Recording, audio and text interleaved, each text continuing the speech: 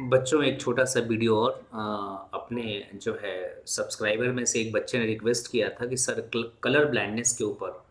Colour blindness बेटा night blindness नहीं है। नाइट ब्लाइंडनेस जो है विटामिन ए की डेफिशिएंसी से होती है। कलर ब्लाइंडनेस जो है वो जेनेटिक डिसऑर्डर है। X linked recessive genetic disorder है। तो कलर ब्लाइंडनेस के ऊपर एक छोटा सा वीडियो बनाइए सर अपने कुछ बातों को बताते हुए, तो definitely I will always be happy. ठीक है ना, टू फुलफिल योर डिमांड्स। तो बेटा कलर ब्लाइंडनेस के बारे में जैसा कि हम जानते हैं कि ये एक्स लिंक्ड रिसेसिव डिसऑर्डर है जो क्रिस क्रॉस इनहेरिटेंस को फॉलो करता है। कलर ब्लाइंडनेस में बेटा जो मोस्ट कॉमन कलर ब्लाइंडनेस है जिसको हम प्रेफरेंस देते हैं एनसीईआरटी भी, वो है रेड ग्रीन कलर ब्लाइंडनेस। यानी कि जो अफेक्टेड पर्सन है वो रेड और ग्रीन कलर में है ना, वो डिफरेंशिएट नहीं कर पाते प्रॉपर तरीके से, और ऐसे लोगों को कुछ जो है कंसर्न जॉब में है ना दिक्कत आती है या नहीं मिलती है। जैसे रेलवे में जॉब नहीं मिलेगी, एज अ पायलट जॉब नहीं मिलेगी। तो ये सारी चीज़ें होती हैं, ठीक है ना। इसका जो टेस्ट होता है वो इशिहारा कलर टेस्ट कहते हैं। इशिहारा जिन्होंने इसको डिस्कवर किया था टेस्ट को, तो इसको करते हैं अपन। जो कलर ब्लाइंडनेस है, मैं बच्चों को बता दूं कि कलर ब्लाइंडनेस में जो हमारा जो जूलॉजी का कॉन्सेप्ट है वो ये कि कलर विजन के लिए हमारी आंखों में कोन्स जो है ना, वो रिस्पॉन्सिबल होते हैं। कोन्स जो रॉड्स एंड कोन्स जो सेल्स आप पढ़ते हो बहुत अच्छे से, आपको मालूम है। तो कौन सा रिस्पॉन्सिबल है। लेकिन इनके अंदर जो ये जो आपके बनाने वाले जो पिगमेंट्स हैं उसके लिए जो जीन्स होते हैं वो एक्स क्रोमोसोम पे होते हैं, और एक्स क्रोमोसोम में भी सेक्स क्रोमोसोम पे होते हैं। यानी कि ये एक्स लिंक्ड जो है डिसऑर्डर है, यानी कि सेक्स लिंक्ड डिसऑर्डर है, यानी कि सेक्स क्रोमोसोम वाला एक्स क्रोमोसोम की बात हो रही है।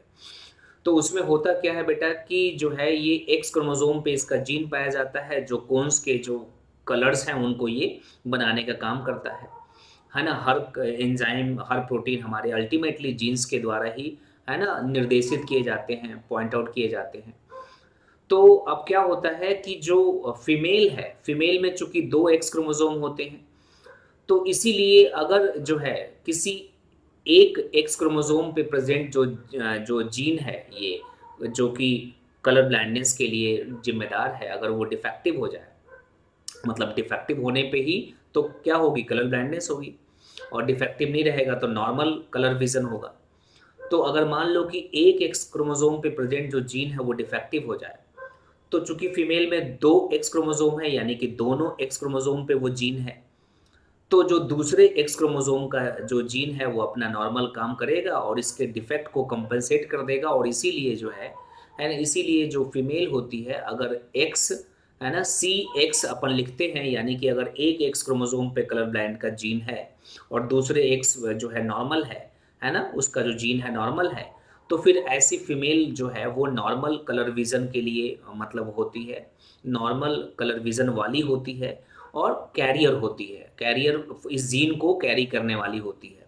ठीक है ना।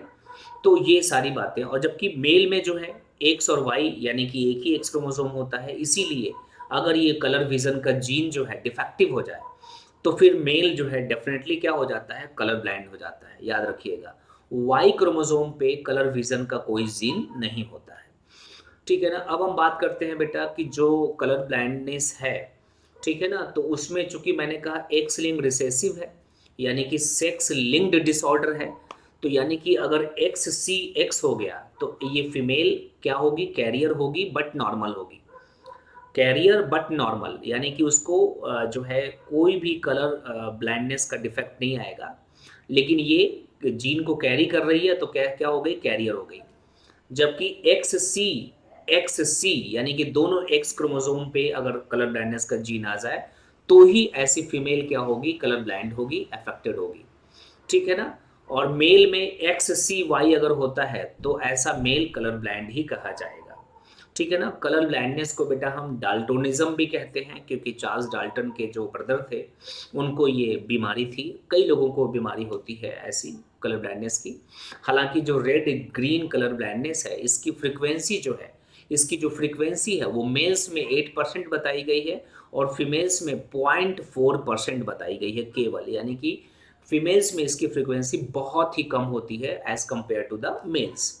इसके अलावा बेटा थोड़ा सा और ध्यान रखिएगा कि कुछ एक्स्ट्रा पॉइंट में जब एम्स हुआ करता था तो ऐसे क्वेश्चंस आते थे, मोनोक्रोमेसिया और डाइक्रोमेसिया क्या होता है, तो मैं आपको बता दूं।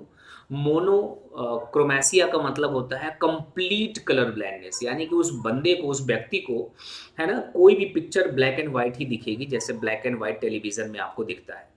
ठीक है ना, तो ये होते हैं मोनोक्रोमेसिया वाले। डाइक्रोमेसिया में क्या होता है कि या तो उसको वो रेड कलर विजन के लिए मतलब डिफेक्टिव है, यानी कि उसके अंदर जो है रेड कलर को आइडेंटिफाई करने की क्षमता नहीं है, कैपेसिटी नहीं है, या ग्रीन कलर को आइडेंटिफाई करने की कैपेसिटी नहीं है, या ब्लू कलर को आइडेंटिफाई करने की कैपेसिटी नहीं है, तो ये डाइक्रोमेसिया आता है। तो ये मैंने दो वर्ड की मीनिंग बताई, मोनोक्रोमेसिया और डाइक्रोमेसिया। ठीक है ना बच्चों, तो ये कलर ब्लाइंडनेस के ऊपर, जो इसके ऊपर अब रह गए प्रॉब्लम्स, कुछ एक बच्चे ने लिखा है, शायद इसी सेम बच्चे ने लिखा है कि सर इसके ऊपर जो प्रॉब्लम्स होते हैं नहीं होते हैं, तो बेटा इसके लिए मैं जल्दी ही बोर्ड का यूज़ करूंगा और आपके कलर ब्लाइंडनेस के जितने भी प्रॉबेबल क्वेश्चंस होते हैं पीएमटी में, उसको मैं बहुत प्रॉपर से समझाऊंगा और 2 से 3 बार समझाऊंगा एक ही जो है क्वेश्चन को, ताकि आप लोग को डेफिनेटली रट जाए।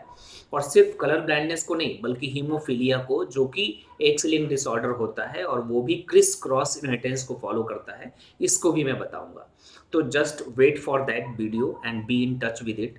ठीक है ना, और ज़्यादा से ज़्यादा अपने साथियों को बताइए, क्योंकि अगस्त मंथ में सारे इंपॉर्टेंट इंपॉर्टेंट जो ट्रिक्स हैं, जो छोटे छोटे टॉपिक्स हैं जिन पे अक्सर बच्चों को डाउट होता है और अक्सर नीट में क्वेश्चन पूछे जाते हैं, चाहे वो किसी भी साल का नीट का क्वेश्चन पेपर हो, तो उस पे मैं बहुत अच्छे अच्छे जो है ट्रिक्स के साथ बहुत ईजी तरीके से उसको समझाने की प्रैक्टिकल कोशिश करूंगा। क्योंकि बेटे मैंने देखा है कि ऑनलाइन वीडियोस जितने भी होते हैं, वो या तो कंप्लीट नहीं होते, या तो बहुत ज़्यादा टाइम टेकिंग होते हैं, या फिर वो कंप्लीटली मतलब एक तरह से लास्ट तक हमें ये लगता है कि हमें तो कुछ क्लैरिटी मिली ही नहीं, यानी कि कन्फ्यूजन रह गया। तब मुझे इस प्लेटफॉर्म पे आने की ज़रूरत पड़ी, खास तौर से इस वक्त में जो कि कोविड का टाइम चल रहा है, बच्चे घर में बैठे हुए हैं, अपने टीचर्स के कांटेक्ट में नहीं हैं, है ना, तो इस वजह से मैं आपकी जो है मदद करना चाहता हूँ। ठीक है ना, तो जस्ट वेट करिए अगस्त मंथ के लिए।